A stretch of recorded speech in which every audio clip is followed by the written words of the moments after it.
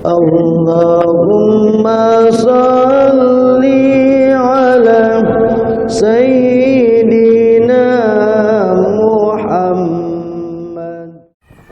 Bismillahirrahmanirrahim. Assalamualaikum warahmatullahi wabarakatuh. Innal hamdalillah nahmaduhu wa nusalli wa nusallim ala rasulil karim, amma ba'du.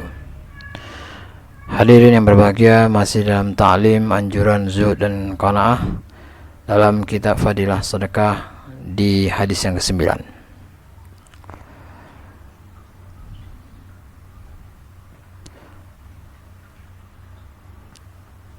Umar bin Abdul Aziz rahmatullah suatu ketika ikut mengantar jenazah. Setelah sampai di perkuburan, ia memisahkan diri dari rombongan lalu duduk memikirkan sesuatu. Seseorang bertanya kepadanya, "Wahai Amirul Mukminin, apa yang menyebabkan engkau duduk di sini? Sedangkan engkau adalah wali bagi jenazah itu." Ia menjawab, "Ya, kubur ini berkata kepadaku, wahai Umar, tidakkah engkau bertanya kepadaku apa yang aku lakukan terhadap orang-orang yang datang kepadaku setelah mati?" Aku bertanya kepadanya, "Beritahukanlah kepadaku." Kubur berkata kepadaku, "Aku koyakkan kain kafan mereka, aku hancurkan tubuh mereka hingga berkeping-keping, aku hisap darah mereka, aku makan daging mereka. Maukah aku beritahukan apa yang aku lakukan terhadap persendian mereka? Aku memisahkan tangan mereka dari bahu, tangan mereka dari lengan, punggung mereka dari tubuh, paha dari pinggang, lutut dari paha, betis dari lutut, dan telapak kaki dari betis." Setelah itu Umar bin Abdul Aziz menangis lalu berkata, "Kehidupan dunia begitu singkat, tipu dayanya terlalu kuat. Yang hebat di dunia hina di akhirat, yang kaya di dunia fakir di akhirat. Pemuda dunia cepat jadi tua, yang hidup di dunia sebentar lagi akan mati. Jangan biarkan dunia menipu dan menarik perhatianmu, padahal kamu selalu melihat betapa cepat dunia berpaling dari orang yang mencintainya. Hanya orang bodoh yang mudah terperangkap dan terpedaya oleh dunia. Di manakah pencinta-pencintanya yang telah membangun kota-kota besar, mengalirkan sungai-sungai yang panjang, memiliki kebun-kebun besar? Mereka hidup di dunia dalam waktu yang sangat singkat, kemudian pergi dari dunia dengan meninggalkan segala sesuatu yang mereka miliki. Ketika hidup di dunia, mereka menikmati kesehatan yang sempurna serta kekuatan jasmani yang telah memperdayakan mereka, sehingga mereka hidup dengan mengikuti hawa nafsu serta melakukan dosa. Demi Allah, mereka dicemburui di dunia karena memiliki harta yang banyak. Mereka mengalami bermacam rintangan untuk mencari harta, namun akhirnya mereka berhasil mengumpulkannya. Orang lain merasa hasad dan dengki kepada mereka, tetapi mereka tidak menghiraukan dan tanpa ragu-ragu terus mengumpulkan harta sambil menahan berbagai kesusahan dan kepayahan dengan sukarela. Tetapi lihatlah saat ini bagaimana tanah memperlakukan mereka dan persendian tubuh mereka dimakan oleh ulat.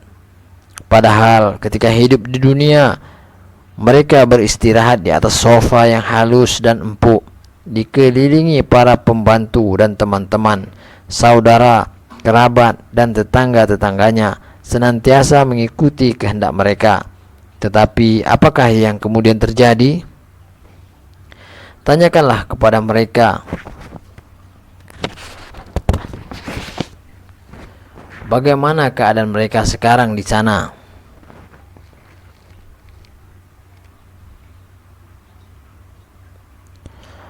Orang miskin maupun orang kaya, semuanya terbaring di tanah yang sama. Tanyakanlah kepada orang-orang kaya, apakah manfaat harta yang pernah mereka miliki? Tanyakanlah kepada fakir miskin di sana, Apakah penderitaan yang mereka alami karena kemiskinan mereka di dunia? Tanyakanlah tentang lidah mereka yang telah digunakan untuk berpidato dengan begitu hebat. Tanyakanlah tentang mata mereka yang telah digunakan untuk memandang segala arah. Tanyakanlah tentang keadaan kulit mereka yang dahulu bagus, lembut, terhadap wajah-wajah mereka yang cantik. Apakah yang sedang dilakukan oleh ulat-ulat di kubur? Warna mereka sudah menghitam, daging mereka sudah habis, wajah mereka menjadi mengerikan dan ditutup dengan tanah. Anggota-anggota tubuh mereka saling berpisah, persendian-persendian mereka terputus. Wahai, di manakah pembantu-pembantu mereka yang senantiasa menyahut, "Saya datang, Tuanku"? Di manakah kemah-kemah dan kamar-kamar yang telah mereka gunakan untuk beristirahat? Di manakah harta benda dan kekayaan mereka yang telah mereka simpan dengan baik? Pembantu-pembantu itu tidak bisa memberi bekal apa-apa untuk makanan di dalam kubur. Dalam kubur tidak dihamparkan alas tidur, tidak disediakan bantal, tetapi dibaringkan di atas tanah saja. Tidak juga dihiasi taman-taman bunga atau buah-buahan. Alangkah sedihnya ia ditinggalkan seorang diri dalam keadaan gelap gulita. Kini siang dan malam sama saja baginya. Ia tidak lagi dapat berjumpa dengan teman-temannya, tidak dapat menjemput siapapun. Berapa banyak orang yang semasa hidupnya di dunia mempunyai tubuh tegap dan indah, lelaki yang tampan, perempuan yang jelita, tetapi kini di dalam kubur tubuh mereka hancur, anggota-anggota badannya sudah saling terpisah. Mata yang dulu cantik kini keluar dari lubangnya, bahu sudah terpisah dari tubuh, mulut pun penuh dengan air dan nanah. Binatang-binatang melata sedang merayap di seluruh tubuhnya. Ketika mereka tinggal di dalam keadaan seperti itu, pasangan mereka sudah kawin lagi dengan orang lain dan berada dalam kesenangan, dan anak-anak mereka sudah mengambil alih sebagai kepala rumah tangga. Harta mereka telah dibagi-bagikan kepada ahli waris, tetapi di antara mereka ada yang bernasib baik sehingga mereka beristirahat di dalam kubur dalam kesenangan dengan wajah yang segar dan berseri, yaitu mereka itulah orang-orang yang lebih mengutamakan akhirat daripada dunia. Mereka mengumpulkan bekal untuk dirinya sebelum masuk ke alam kubur.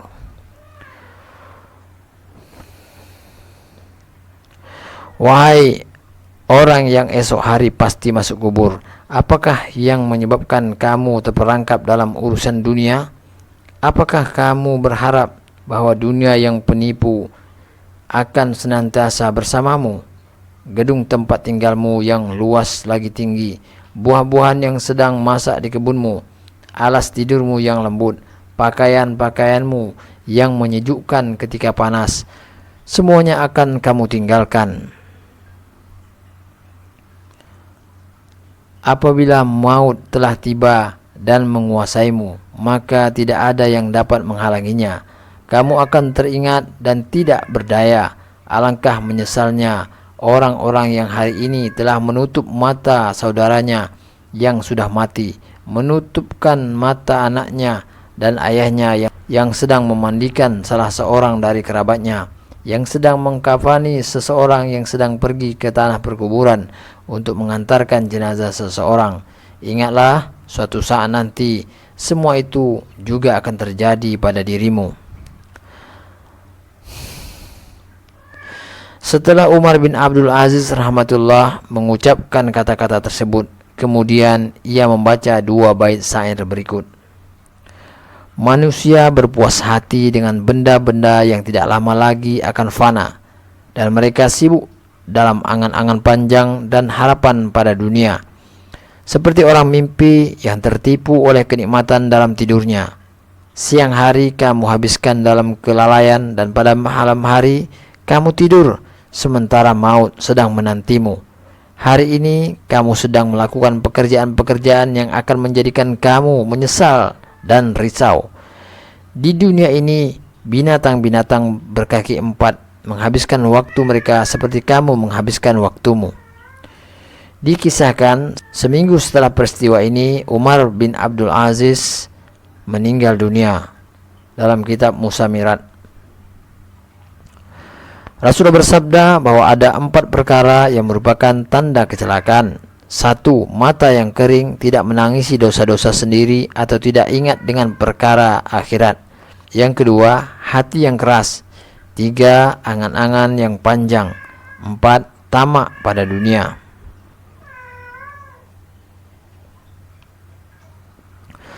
Abu Sa'id Al-Khudri radhiyallahu berkata, Usama radhiyallahu an berutang seseorang hamba sahaya wanita dengan janji akan membayarnya kepada si penjual setelah 1 bulan. Ketika Rasulullah mengetahui hal itu, maka beliau bersabda, betapa mengherankan. Usama membeli dengan janji akan membayar setelah 1 bulan.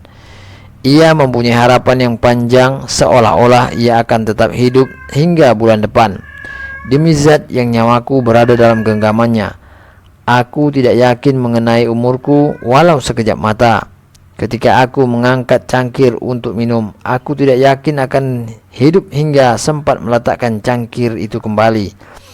Apabila aku makan 1 suap makanan, aku tidak yakin akan hidup hingga aku sempat menelannya.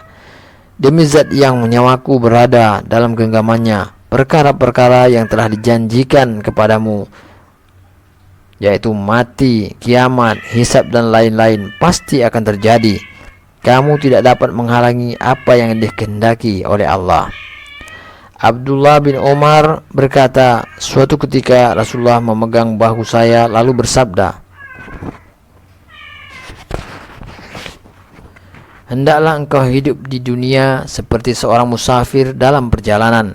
Hendaklah engkau selalu membayangkan dirimu bersama orang-orang yang berada di dalam kubur. Setelah itu Rasulullah bersabda kepada saya, wahai Ibnu Umar. Dalam riwayat yang lain dikatakan bahwa ini adalah perkataan Ibnu Umar sendiri. Pada waktu subuh janganlah engkau yakin bahwa engkau akan hidup hingga petang. Dan ketika petang janganlah engkau berharap bisa hidup sampai subuh. Ketika engkau sehat, buatlah amal-amal kebaikan sebelum engkau jatuh sakit. Buatlah persiapan untuk mati ketika engkau masih hidup, sebab engkau tidak mengetahui akan disebut apa engkau pada esok hari, yaitu tidak diketahui apakah tergolong orang soleh atau orang yang malang. Allah berfirman, Bismillahirrahmanirrahim, faminhum syaqiyyun wa sa'id. Di antara mereka ada yang celaka dan ada yang bahagia. Muaz radhiyallahu anhu berkata, ya Rasulullah, berilah saya sedikit nasihat. Rasul bersabda, beribadahlah kepada Allah dengan perasaan seolah-olah engkau melihat Dia ada di hadapanmu. Senantiasa anggaplah seolah-olah dirimu berada di kalangan orang-orang yang sudah mati. Berzikirlah kepada Allah di dekat setiap batu dan pohon, supaya banyak saksi pada hari kiamat. Bila terlanjur berbuat dosa, buatlah amal baik sebagai gantinya.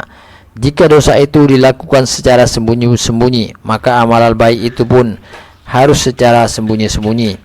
Jika dosa itu dilakukan dengan terang-terangan, maka taubatnya serta amal baiknya harus dilakukan dengan terang-terangan. Ibnu Mas'ud meriwayatkan sabda Rasulullah, kiamat semakin dekat tetapi manusia semakin menjauhi Allah karena tamak pada dunia. Dalam kitab Targhib. Demikian hadirin yang berbahagia, kita telah dengar ta'lim dalam bab anjuran zuhud dan qanaah. Semoga apa yang kita dengar bisa kita ambil pelajaran di dalamnya, dan semoga dengan kasih sayangnya Allah memberikan kekuatan pada kita untuk mengamalkan dan menyampaikan. Untuk sempurnanya majelis, mari kita tutup majelis kita dengan doa kibarah majelis. Subhanakallahumma wa bihamdika asyhadu an la ilaha illa anta astaghfiruka wa atubu ilaik. Assalamualaikum warahmatullahi wabarakatuh.